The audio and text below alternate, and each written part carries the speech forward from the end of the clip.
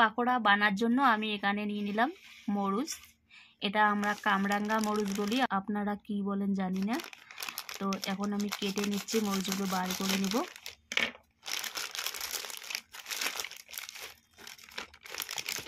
চার পাঁচ দিন হয়ে গেল মরুচগুলো অর্ডার করছি, কিন্তু আমার সময়ই মিলে না।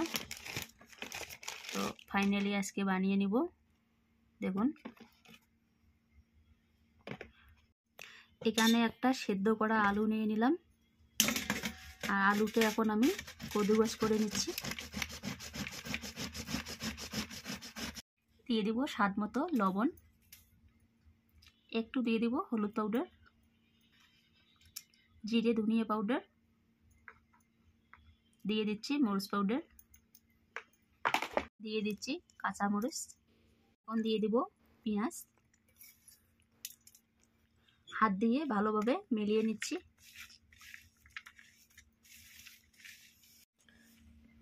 এখন মরিচগুলো আমি ভালোভাবে ধুয়ে পরিষ্কার করে নিলাম। এখন আমি এভাবে একটু কেটে নিব।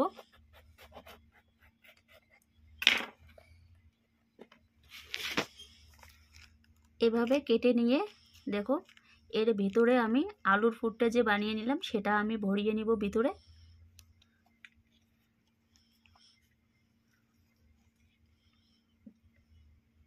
এভাবে সবগুলো তো আমি আলু ভরিয়ে নিলাম। এখন আমি এখানে নিয়ে নিলাম বেসন, একটা বোল নিয়ে নিলাম। বোলের মধ্যে এখন দিয়ে দিব আমি বেসন, যতটা আমাকে লাগবে পরিমাণ মতো আমি নিয়ে নিচ্ছি। বেসনের মধ্যে দিয়ে দিচ্ছি মরিচ পাউডার, স্বাদ মতো লবণ, একটু দিয়ে দিলাম হলুদ পাউডার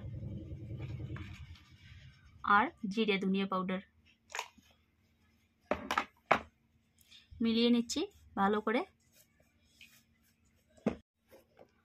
একটু একটু করে পানি দিয়ে ভালো করে মিলিয়ে নিব। এটা কিন্তু একদম মোটাও নয়, একদম পাতলাও ব্যাটার বানা যাবে না, মিডিয়াম করে ব্যাটারটা আমি বানিয়ে নিব।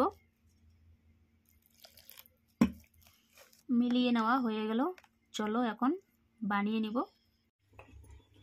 পাকোড়া বানার জন্য কড়াই বসিয়ে দিলাম, দিয়ে দিচ্ছি তেল। তেলটা গরম হয়ে গেছে।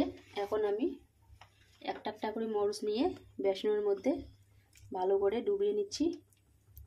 এখন দিয়ে দিব তেলের মধ্যে।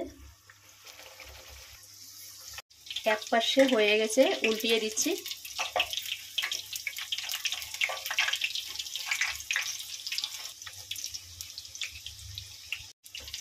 হয়ে গেছে, এখন নামিয়ে নিব।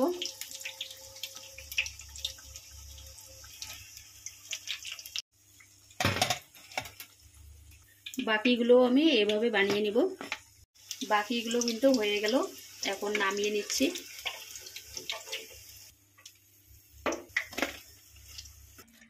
পাকোড়াগুলো কিন্তু হয়ে গেল, নামিয়ে নিলাম। আর পাকোড়াগুলো দেখতেই পাচ্ছেন কত সুন্দর হয়েছে।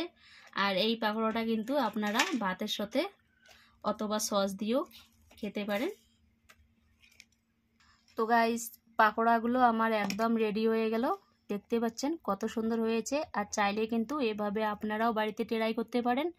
আর এই পাকোড়াটা কিন্তু আপনারা ভাতের সাথে অথবা সসের সাথে বিকেলবেলা টিফিন চায়ের সাথেও কিন্তু আপনারা খেতে পারেন।